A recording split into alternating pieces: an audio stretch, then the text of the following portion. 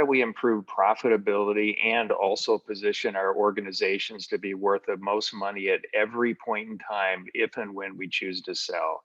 And ideally, we should probably position the organization to where when it does come time to sell, that keeping the organization is an equally good, if not better, option going forward. So I'm going to share my screen here, walk through a presentation, and we'll probably spend about 45 minutes on this presentation. As you have questions, please drop those questions in the chat. And as we get to the end of this, then I'll start addressing the questions if the presentation didn't cover them. So again, thank you for being here, and let's go ahead and get started. All right, so again, increasing profitability and the value of your business. I'm going to go through a little bit of my background, share some lessons learned along the way, and then get right into an operating methodology that I call the MIND methodology, or most important number in drivers, that you can easily do yourself to significantly increase the value you create as an organization with your entire team. So I've been a CEO for over 25 years. I'm actually on my 7th company that I've started from scratch. And all of the other ones, other than the current one, have sold anywhere from a few $1,000,000 to north of $100 million. So a lot of success, really applying an operating methodology that actually works in the real world to create incredible value. So a little bit on the largest company that I sold. It was called Able Aerospace at the time I sold it. Actually combined 3 companies into one and sold them to Textron. But this is what the company looked like in 2006. Nice shop floor, about a 50,000 square foot building, really not that remarkable. And then you fast forward 4 years and the exact same camera angle as this, and we ended up building essentially a boat in a bottle. And we put mezzanine everywhere we could. The 50,000 square foot building now had over 70,000 square feet of usable space. And we actually had to lease 2 additional buildings down the block to keep up with it. Now, fast forward 3 years, we actually designed from scratch a 200,000 square foot building out at the Phoenix Mesa Gateway Airport. And I took this picture on a Wednesday afternoon. We started moving in Monday that week, and we were 85% operational in 3 days and 95% operational by the end of the week. And it was an incredible culture to be able to do that. Had to get all of the employees fully aligned to what we were trying to accomplish. It was pretty amazing, especially since the company that purchased us said they couldn't have done that in 3 months if they tried to get that far. So it's amazing what you can do when you have the right team, the right alignment. And all of this started in 93 with 3 employees with no business, no money, no customers, but we had an interesting idea, and it grew to this level without any outside investment whatsoever. The early years were all about credit cards, putting my house up as collateral, and we just worked through it and made it happen. One of the big lessons I learned along the way is that actually having money can cause a lot of poor decisions to be made. Not having money makes us all a lot smarter. Now, one of the things we did in this facility, we put in a 10,000 square foot gym. We told the employees, if you train an entire month, at least 2 days a week, we'll pay 100% of your health insurance premium the following month. And if you bring your family members, we'll put even more money in your paycheck. Now, out of 500 employees at the time that I sold it, we had about 360 qualifying for this program, dozens of spouses coming in, lots of kids coming in for the kids programs. And what was really great about this is it did a number of things. People were healthier, our healthcare costs were lower. We objectively saved $1.5 million a year on healthcare spend, but it also got rid of artificial barriers between frontline team members and senior leaders. It improved communication, collaboration, productivity, really a great activity to energize and increase the productive energy within the organization.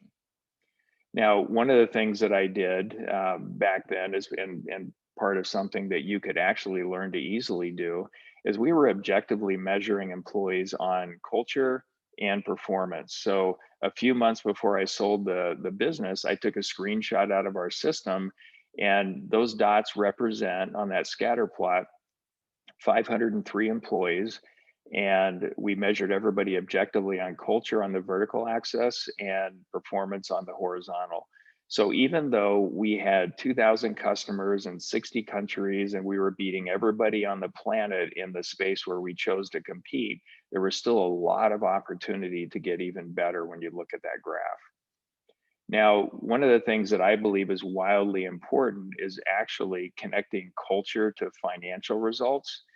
And you know, results matters for sure, culture matters more, but leadership really is what ties it all together. And culture isn't a look good, feel good, sound good exercise, which I believe 95% of organizations, when I look at what they've done, have chosen to essentially approach it. You know, culture really within an organization is made up of the beliefs, the accountability, practices, and the decisions from which they actually create value. So as you think about your team and your organizations, what are the core beliefs that your senior team holds, that you hold, that all of the team members hold, that are helping the organization go forward and create more value? And what are the beliefs that are actually hurting you? And then how strong is your culture of accountability? Are all of the team members doing what they say they will when they said they would actually do it? Um, what about the practices? So are practices being optimized to allow you to create the most value possible within the organization, or are they throttling that? One example could be your practices around compensation. If you have a solid compensation strategy or program, i.e., every employee knows exactly why they're making what they're making in their base wage, they know exactly what they have to do to get more in terms of incentive comp, then it doesn't throttle productive energy. It actually opens it up. If you have a practice where they don't know those things, then that can take up too much of their energy and time, which takes away from producing the product or service that you want. And then when it comes to decisions, decisions are incredibly important at the senior leadership level. I actually believe that the primary job of the senior team, even if you're a sole proprietor, is to make decisions that will significantly accelerate the value that your organization creates. And that value, you get all of these ideas to make the decisions from your senior team. If you are a sole proprietor, your team is made up of your advisors, your mentors, your contractors, etc. So how do you collect all the information, make a few critical decisions that really accelerate the value? And then what are we really trying to solve here? I think that the biggest challenge, and I've been working on this for a few decades to get it to where it is today, is how do we get teams to consistently create more value over time, even when there isn't a star in the room? And so some of the things that I've learned is that traditional goal setting really doesn't stand the test of time, because every time I look at the goals of an organization, even a 10 employee company, but all the way up to a 40,000 employee company, the goals were just sort of a check the box exercise for everybody to go through. And they just weren't very thoughtful. So what's difficult about this is every employee is told, hey, every quarter come up with 1 or 3 goals, get it approved by your manager, and let's hope they're the right ones, and then let's rinse and repeat every quarter or whatever that cadence has to be. They don't really know how to think about it most of the time, and I think that's why you land on that particular spot. So the solution that I'm going to go through here for you, and again, it's something you can easily do yourself, is coming up with something that with your team, every single one of the team members will be creating more value over time, because it ends up becoming their work and not some process that they're going through. Now, most of you probably know this, but a lot of people, when they look at business owners, and I've had people tell me this, wow, it must be so great. It's so easy to run a business. And I'm thinking, oh my gosh, you know, chart one is absolutely a myth. And when I go over to the right side, that's what it really looks like for the most part. But I would argue with the right operating methodology, you actually can get a lot closer to something in between those two and eventually really straighten out that line. Now, there's a few myths that I'd like to cover, and these are some of the things that I've learned along the way that have very little grounding in reality, and yet everybody seems to hold on to them as business absolutes. And the first one is, hey, I've got this amazing business idea, an incredible team to execute on the idea. That's all that matters.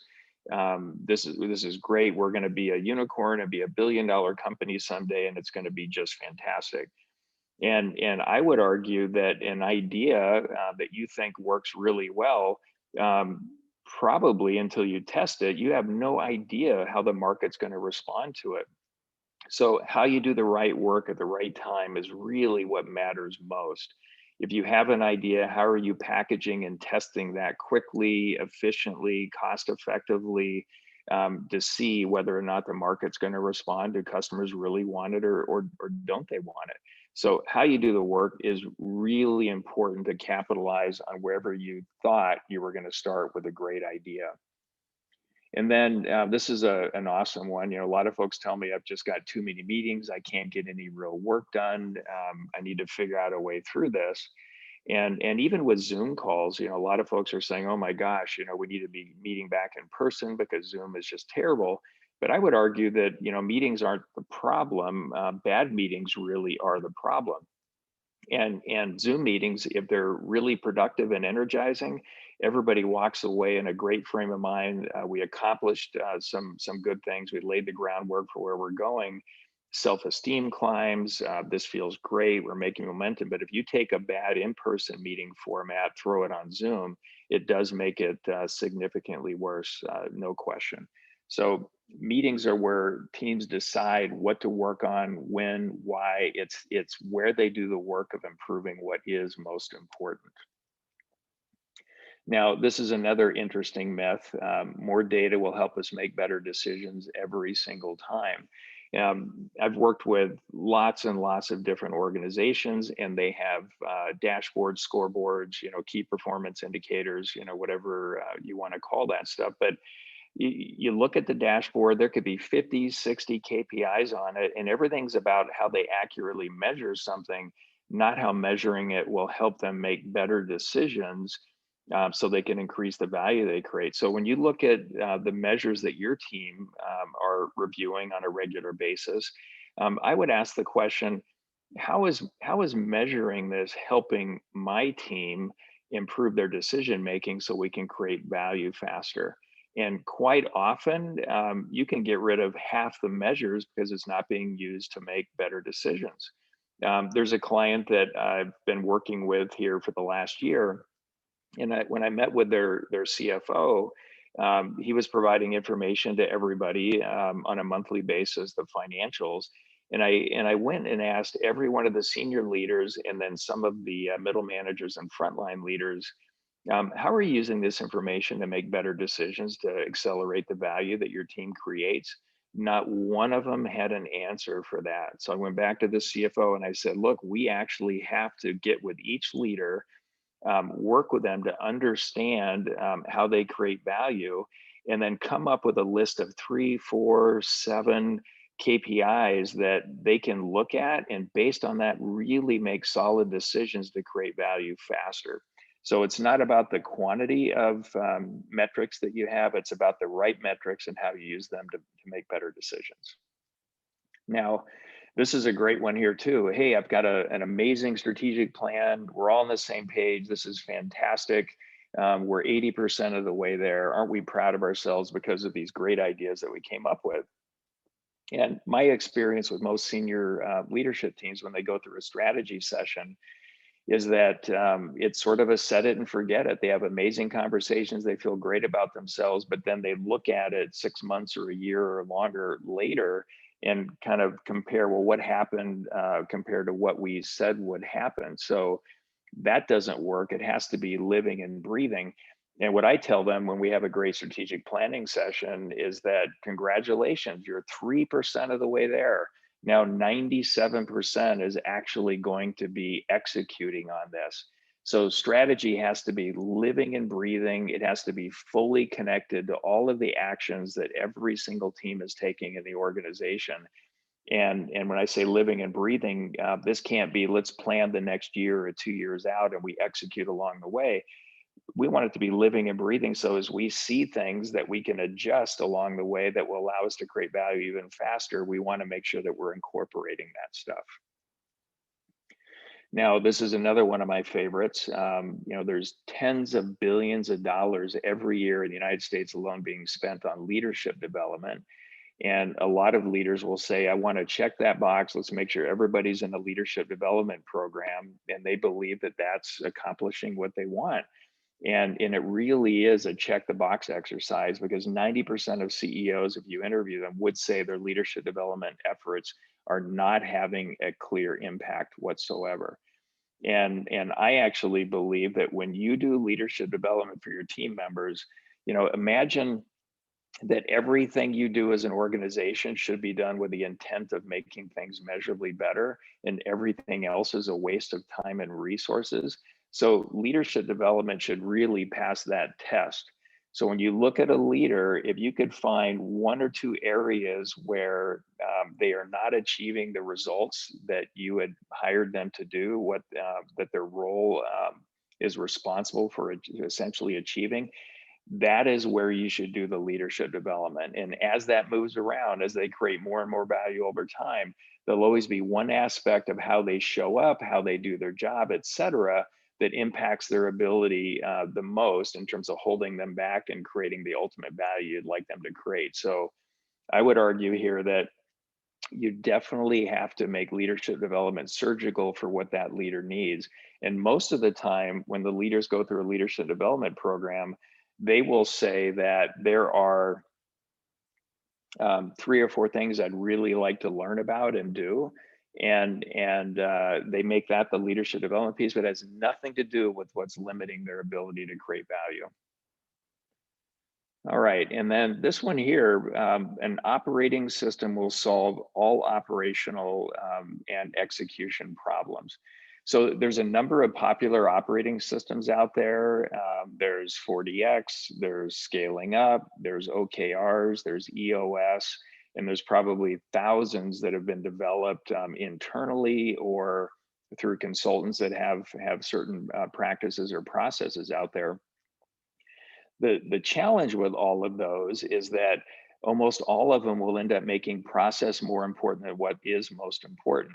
So it could be, let's just pick EOS as an example. I've talked to a lot of leaders that installed it. They said, we put this in place to run our business because others have said that they liked it and they got great results. But after a year, it hasn't really moved the needle, but people are really obsessed with running the perfect meeting or doing this other thing.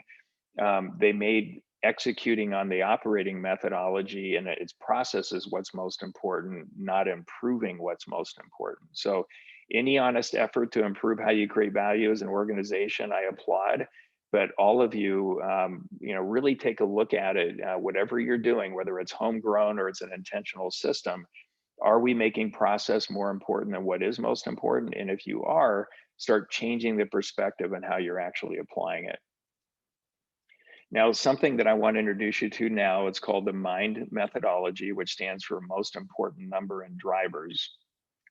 And this methodology is something that after, literally decades of watching other people struggle through traditional goal setting, struggle through OKRs or 4DX and never really quite getting the result, I wanted to figure out, what really works with real people in the real world on the front line. Not all these ideas that we bring in as leaders of the organization, because we just met with our CEO peer advisory group, and it's the flavor of the month. And people, on our teams will sometimes roll their eyes and say, well, this too will pass. So what will really work and why? So this most important number in drivers operating system, or the MIND methodology, first, you would create a most important number for the organization. So the MIN stands here, obviously, for most important number.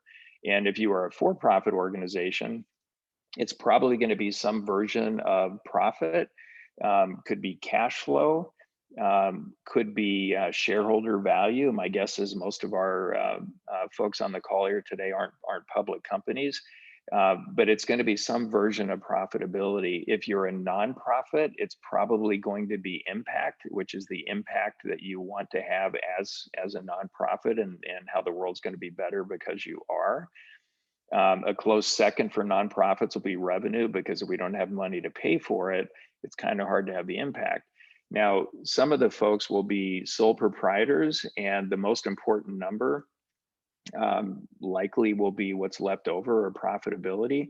But you may have contractors that are taking care of marketing or sales or some delivery of the service or product. They will have most important numbers. For organizations that have 10 or more employees, each one of the teams that report up to the senior team will have a most important number. And then as you become a bigger organization, the same thing cascades all the way to the front line. So these most important numbers for each team will be the one number that says, above all others, this one says whether you're winning or losing the game.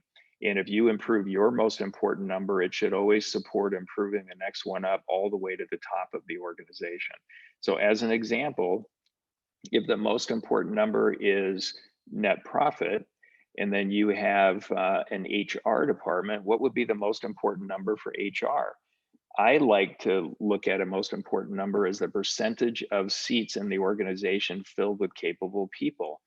If I have 100 employees, or at least 100 seats available, and 10, I'm looking for somebody to fill them, and 10 have people in them that aren't achieving the outcomes we want, we're currently at 80% for HR. Then supply chain, finance, production, all of the others will have most important numbers that make the most sense, that when improved will improve the one at the top. For each of these most important numbers, that when a team is doing the work of improving it, there will be drivers that they can leverage to improve it. So when you think about your team, whichever one it is, once you develop that most important number, think about the drivers as, what is the work your team should be really good at doing to improve that most important number? And if this was marketing, for example, one driver could be the website, another driver could be social media, another driver could be generating qualified leads. And then you ask the question, well, how well are we doing that work today to improve that most important number? Which for marketing likely is going to be qualified leads. And then over time, you're constantly working on improving the quality of those qualified leads. To varying degrees, you'll be doing this work really well, or there's a lot of room for improvement. And then you will assign action items to team members to continually improve how you leverage the drivers. So for your team, identify a most important number, identify the work they should be really good at, and then constantly focus on the right work at the right time in the right order. So now a little bit on the team piece of it. So the team meetings, and I think this is one of the bigger challenges with meetings, and why people have a hard time with them. The check-in portion of the meeting often can take almost the entire meeting, and people over check in, and when that happens, most of the others completely check out. So what I recommend here, per this mind methodology, is the shortest part of the meeting should be the check-in. Everybody should celebrate at least one biggest win that they had in the last week or 2 weeks or month, whatever the cadence of the meeting is. And then have them work on sharing information that they believe the team should know to help them make better decisions. And then grab quick, actionable help and gather this information before the meeting even starts, so people have a chance to review it. And then the shortest part of the meeting, even with 12 people, check-ins typically take 15 to 20 minutes. Everybody gets a voice. Everybody's working on their decision-making capability by thinking about how they share information that will help the team make better decisions. And then the majority of the meeting for the team is going to be spent on improving what is most important. And again, there will be a most important number. There will be in focus drivers. They'll be assigning actions to go after it.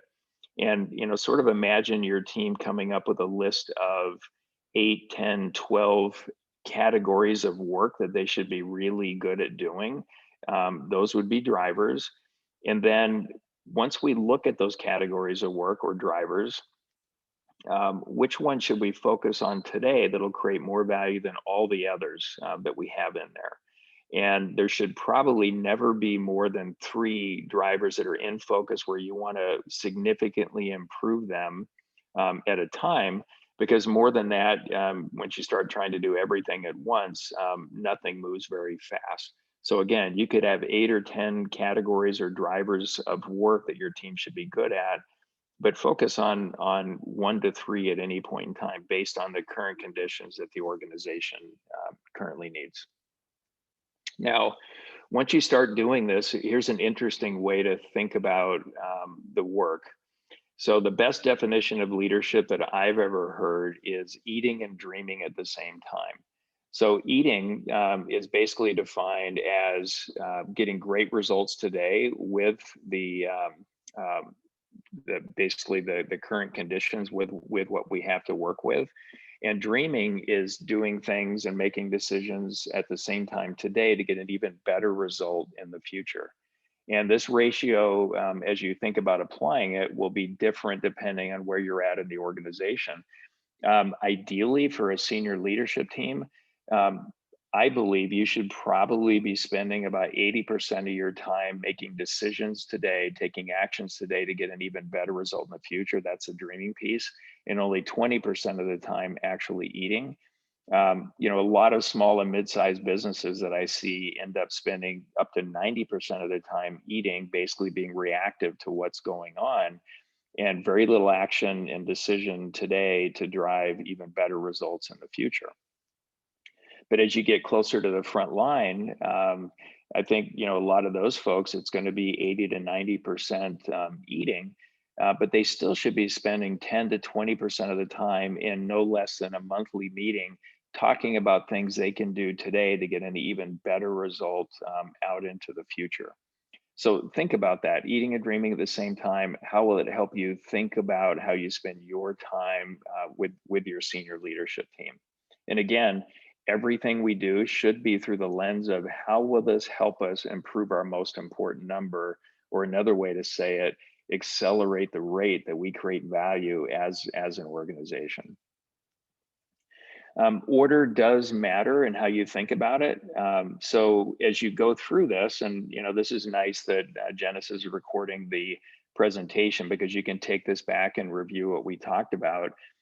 When it comes to order, if you're going to start doing this, get the senior leadership team around this MIND methodology and how you do the work of improving what's most important. If you're a sole proprietor, you pretty much stop there, and your team is going to be your advisors, mentors, contractors, et cetera. And then for those that have more employees, after, let's say, 6 weeks, maybe even a couple of months, cascade that methodology to the work that the other teams are doing. Once you've done that, your strategic planning process will become significantly more effective, because this is a new, more focused way of doing the work. And so you get a lot more buy-in. You actually have a way of taking strategy and connecting it to execution, inside the organization. And then you may want to take a look at doing a cultural tune-up. So kind of get out of the mindset of look good, feel good, sound good when it comes to culture, but get in that mindset, like we talked about earlier, of core beliefs, accountability, practices, and decisions from which an organization creates value. And then at that point, it really becomes meaty and something everybody can sink their teeth into that will accelerate the value you create overall as an organization. And then if you happen to have, quite a few employees, you could be 50 to 250, even up to 500, then start cascading it all the way to the front line. And then from there, once you've started doing this work, leadership development becomes a lot easier to do it in a surgical way, because now we can see exactly where the gaps are that are preventing a leader from achieving the next level results that we would like them to achieve. So again, now you can be really surgical about it And I don't recommend one size fits all leadership development programs because every organization is different. It's because the people are different. It's as though every organization is like its own little fingerprint, and we have to address that accurately. My experience doing leadership development this way is that your team will go so much faster in terms of accomplishing the results that you want. Performance management, every employee should know what's expected and where they stand 100% of the time. Should be no questions around that. So ask yourself that question. If I were to go to every team member, would they be able to give me a great answer around that? And most of the time, the answer is they don't really know, even when we think they do. And then compensation strategy, I think that's wildly important. And I think it's directionally right to do it sort of at the end of this, because now we know the behaviors that we want to incentivize throughout the organization. And ideally, I believe when you get it designed right, it's great for you to incentivize every employee in your organization to help everybody else generate another dollar in profit for the organization. So getting the comp program right, incredibly important. Now, what we're talking about here, it's basically getting every team member aligned around what's most important in the organization, a simple, sustainable way to create value within every single team, and then how they tie together, doing the right work in the right order at the right time. I find that that can be quite a challenge for a lot of teams. They'll be doing great work, but it's not what we really need today. It builds this high performance culture. It develops everyone in their decision making capability. It connects strategic planning, communication, action, execution all together. Really a collaborative performance management tool. It's always amazing to me when companies as small as 10 employees will have silos, which it just should never be that way. And then we want to develop every team member to improve their voice, focus, accountability, within the organization. And at the same time, you're going to have lots of tools like an ERP, a CRM, project management, HRIS, et cetera. Those are just tools. And I would argue that tools don't matter if you don't know which direction to turn the wrench. They could actually make things worse. What we want to do with this methodology is help you with your team get to a place where you can take all of these ideas and observations that all of us have and all the teams have, and it's so much, but an organized way of putting it into categories of work that you can do to improve what's most important, and then help the team make better decisions around where to focus on doing the work, and then assign actions and hold each other accountable to moving in that direction. So really important to have this as a general way of thinking about creating value as an organization.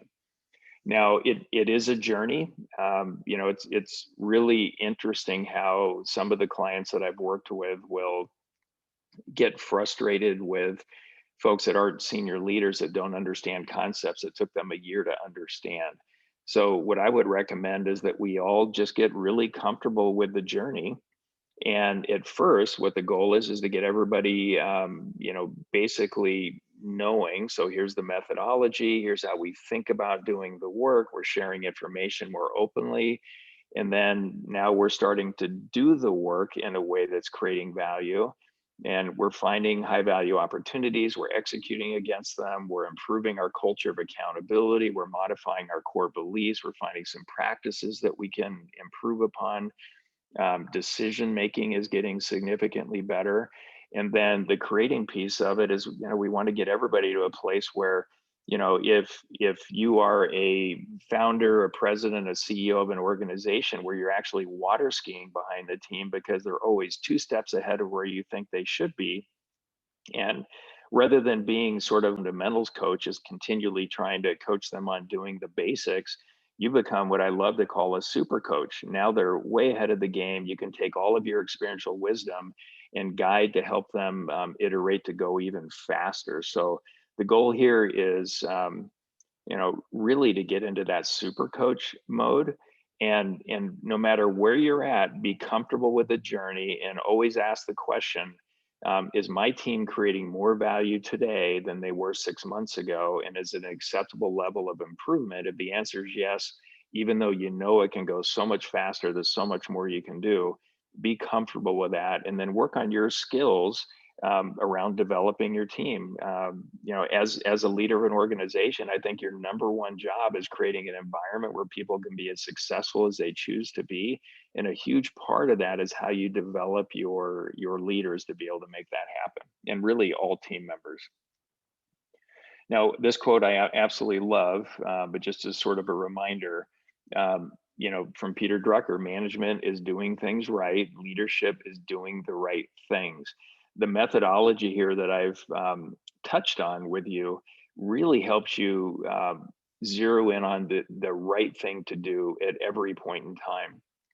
Uh, Teams will typically do a lot of things, but they may not be the thing that we have to solve for right now. Teams love solving problems. Hey, here's something that came up. Let's spend a lot of time jumping into it before they even confirm this is the right problem to solve. So, really important. Leadership is doing the right things, the right time, and the right order.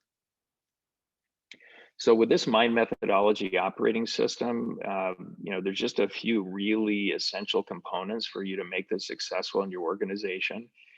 Every team needs to have one most important number that above all others says they're winning or losing the game.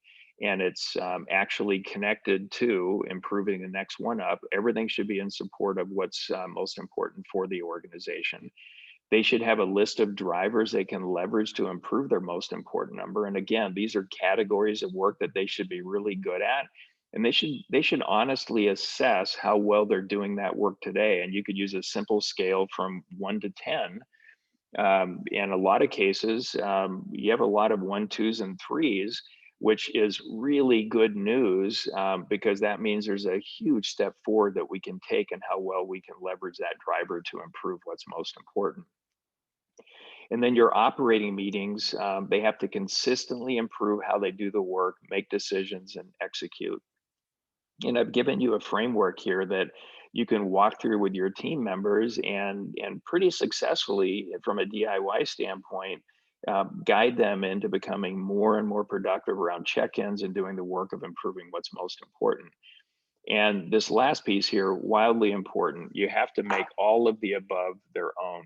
So with every team, they need to be involved in brainstorming what the most important number should be. And additionally, what the other KPIs or measures that they want to take a look at should be.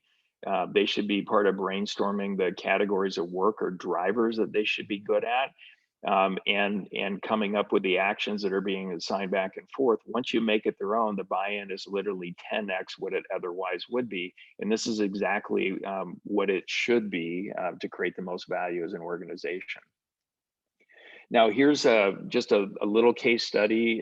There's a number of clients that I and my team work with directly, and this is one of the even more sort of in the last year higher end success stories, but they all do really, really well. So this is a small manufacturing company. They have a brand, um, a fairly strong brand. But prior to April 2020, when we began working with them, they were stuck for 3 years straight at 10 million a year in sales and $3 million in annual net profit. So most small businesses that I know would kill for those numbers. So this company was doing really well, but then they employed the mind methodology. So 15 months in, the results in July of 2021, um, cash flow through July year to date, $4.82 million. Profit, the way they're looking at it, EBITDA, $5.8 million in profit. Easily on track for probably north of $10 million in profit this year. You can see how monthly EBITDA has been bouncing along. Million in July, $1,006,000 in monthly EBITDA. So we've essentially grown profitability fourfold since we started in terms of the run rate. And then the $10 million they were stuck at, they're at $13.5 million through July of this year. We'll easily hit $20 million in sales. And I think we're actually on track for doubling this again by the same time next year. And the only thing that changed, just like you can easily do for yourself, is get each team focused on the most important number, drivers, improving culture of accountability through actions, and how they meet and do the work of improving what's most important. The types of businesses that we're working with that are either DIY or we're working with that are getting similar great results. We have financial management services companies ranging from 100 million and assets under management to over 12 billion, getting fantastic results. Fast food franchises like McDonald's, sole proprietors, and really thinking about their team, are their advisors, their mentors, et cetera. Software as a service. We have small and large nonprofits getting very good results. They're doubling the money that they raise within the first year over any year in the past. That's a pretty good return, because now they can have a much bigger impact. Staffing companies, medical devices, aerospace, emergency medical offices, construction, and more. This particular methodology seems to work for any type of team in any type of organization out there. The only place where we haven't taken this, we lots of nonprofits, lots of for-profits, haven't taken it to government yet, but I don't see why it wouldn't help there as well. It just hasn't really been a focus. Now, positioning to sell, everything that I just went through is really important to increase profitability along the way. And if you adopt this, it wouldn't be unusual for you to start seeing a significant improvement within a quarter in profitability and positioning for future profit. But all of that work is going to be really valuable when it comes time to sell the business, whether you choose to or you don't. But if you want to sell, when I sold my aerospace company, at the time I sold it, the average company in my space was getting about an 8x multiple of EBITDA if they were a really well-run company, and that was sort of the top end. I ended up getting north of 20x because of how well we were run. We had an incredibly strong leadership team. We had a strong track record of achieving our strategic plans, with a current plan in place to continue that growth going into the future. So it was very believable. I made the company as recession proof as I could. And there's a lot of things that you can do there to make that happen. And as soon as the recession hits, isn't the time to do it. You need to do it long before to get ready for it. And then you want to be in position that you can leverage this, or strategic buyers can leverage their channels to make the multiple even higher. So if the multiple is, let's say it's 5x of EBITDA, but a strategic buyer could pick you up and grow it fourfold overnight, it wouldn't be unusual for them to give you 12x, because for them it was like getting it for 3x if you follow the math. So these things are all really important in terms of positioning your organization to sell for the most money if and when you choose to do it.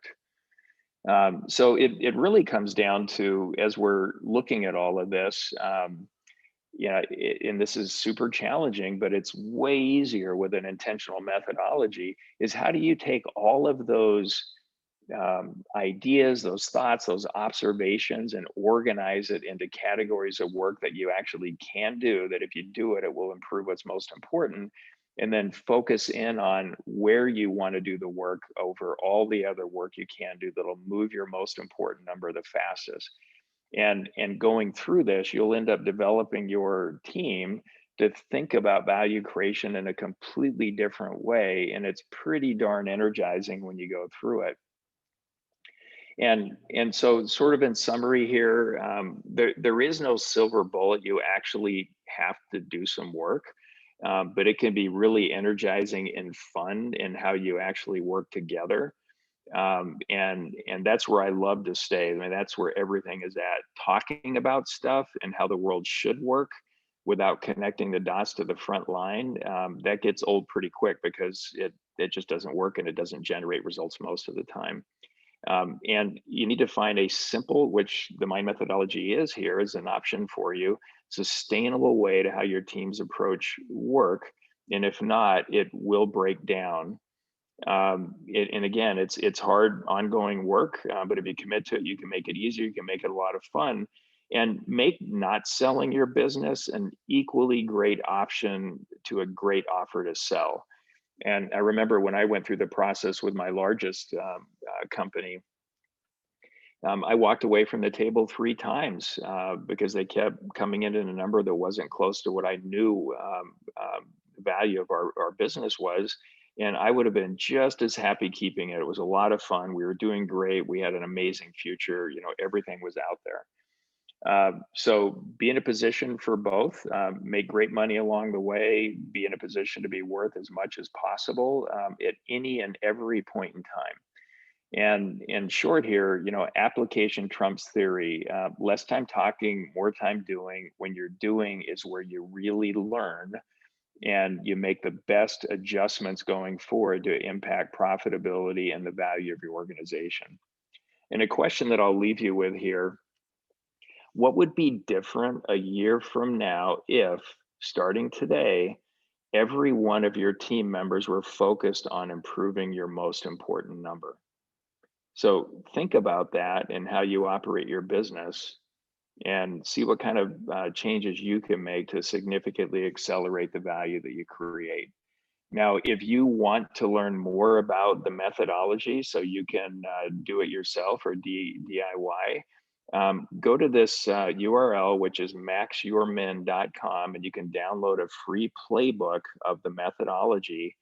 And if you do that and you start down this road, I would love for you to check in with me and just let me know how things are going. We have quite a large community of organizations doing this, and we can just share and learn from each other. So thank you for your time. I will stop sharing and we'll take a look at whatever questions came through. So one here, can you give us an example of a most important number? And most important numbers are fairly easy at the top of an organization. Again, if you're for profit, it's going to be profitability. It could be net profit. It could be EBITDA. You might want to make cash flow the most important number if you have a inventory or capital intensive business, because in those businesses, and I had one of those, you can be wildly profitable at the bottom line, run out of cash and go out of business. So that could be it. It's when you get to the next levels that it starts to become interesting. I shared one example of a most important number for HR. I believe a great idea there is to make it the percentage of seats filled with capable people. And to determine whether they're capable or not, there has to be clear outcome-based responsibilities for each one of those roles. And if they're not meeting those responsibilities or those outcomes, then they're not capable. And so we need to be looking at it. If you have a finance department, I actually think that finance, their most important number should be net positive cash flow or just cash flow, because their job is to provide information for all of us to make better decisions that will drive improvements in profitability and cash flow. And if you went to supply chain, it could be return on net assets. It could be return on inventory. We never want to run out of anything, but we don't want to over order. So what's the trend over time? Make your most important number land in that area. And based on that trend, you can set, goals and plans going forward. So as you go through the organization, the most important number, think about it again as that one number that for any team, it could be a shipping and receiving team within the warehouse, but it doesn't matter where the team's at. Why did we invest in that team, and how would we know we're getting a return on that investment? So that's the way to think about it, and get the team involved in the conversation. I think a mistake that we've all made as leaders of organizations is determining what's best for everybody else, and they'll just take it and like it. If we don't include them in there, they're just waiting for us to tell them how to create value. We want them creating value as a team and being way out in front. And we're just going to go so much faster when we actually do that. Okay, I think that was the only question that came in. There's actually another one through the Q&A. It's from Dan Perez. If you can see it. So I have a small business service, 2 million revenue with 15 employees. Does your company work with companies this small? Yeah, we work with companies of all sizes, from a sole proprietor, an individual going for it with a service, all the way up to 40,000 employees. The way I think about this, Dan, is that a team is a team is a team. And even if you have 40,000 employees, it's just a collection of a whole bunch of teams trying to create value.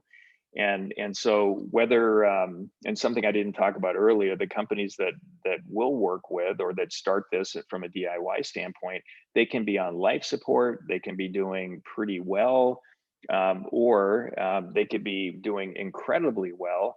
But this methodology, what we're seeing and the data showing us, that all of them are getting better going forward. So 1 million in revenue, 300,000 in revenue, 2 million, 10 million, 300 million, whatever it is, doesn't matter.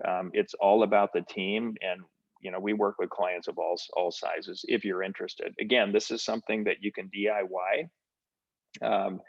However, it always goes faster with somebody that's been through it in the room, but either way, it goes faster than it otherwise would in most of the cases that we've seen so far. Great question. Thank you, Dan. So how can a company reach us, is the question. If you go to etw.com, you can fill out some information. We'll reach out to you. If you go to maxyourmin.com, that I showed on that last slide, again, maxyourmin.com, you download a free copy of the playbook. We'll collect some information. We'll reach out to you from that as well. And Michael, put Max Your Min in the chat if you don't mind. There you go. Thank you. All right, great questions. These are the kind of things that as we get together as leaders, CEOs, presidents, founders of organizations, there's so few of us that we can talk to in the world. I encourage all of you, and that's one of the things I love about ASVA, is it's a way for all of us to get together and have conversations that our employees will have a hard time having with us because they're not experiencing the challenges that we are. And I love the idea of significantly growing the small business community in Arizona. We are so much stronger together. We have well over 1,000 members, 1,500 to 2,000 members. We should probably have 25,000 members in here. This is a really important thing. Collectively, we create the most jobs, we create the conditions that pay the most taxes, and we should be helping us each other a whole lot more than just staying in our silos. So let's see here. So work with startups trying to get together on their ideas. That's a great question. So we have a few early stage clients, and I think the biggest challenge for an early stage company is how do you know you have something that you can actually scale? And I look at a lot of pitch decks, and it's really fascinating. They're all the same. Here are some very unproven traction assumptions about how the market's going to respond to us. But this is, I'm gonna do my little chart about how we're gonna grow like this is absolutely proven, and we're gonna be a unicorn, and the next thing you know, we've got $1 billion in sales. And so these early stage companies, and it's almost universal, they're working on solving for steps 4, 5, and 6 before they ever solve for step 1. And so whenever we work with early stage companies, it's all about what's the product or service, and how do you know that the market's going to respond the way you want them to? And so how are you packaging and testing? And in a lot of ways, absolutely doing what no way will scale so you can find what actually will scale. So I love working with startup companies. It's always so much easier with an established business, even if it's 10 employees or more, because the market already wants it. Now we're just refining all this stuff so we can go bigger, faster, and better than our competition. The early stage, wildly challenging, wildly fun, figuring out what that thing is going to be. It's super hard work, no question. But yeah, that's a long answer to I love working with early stage companies as long as the senior team has the right perspective. The senior leader on that team is super passionate. They have resiliency, and they're willing to be super curious and and do whatever it takes to discover that thing that's going to actually be able to scale. All right, so I see some of you, Karen, you would like a copy of the presentation. So the recording will go out, but I'll make a copy of that available as well to Genesis so she can get it out to everybody. Okay, so with that, we have 3 minutes to spare. You get 3 minutes back in your day to go out and create a lot more value and start thinking about how you get your team focused on improving what's most important. Genesis, thank you very much for doing this. Absolutely, thank you. And thank you all for spending a Monday morning with us. Have a great day, everyone. Thank you.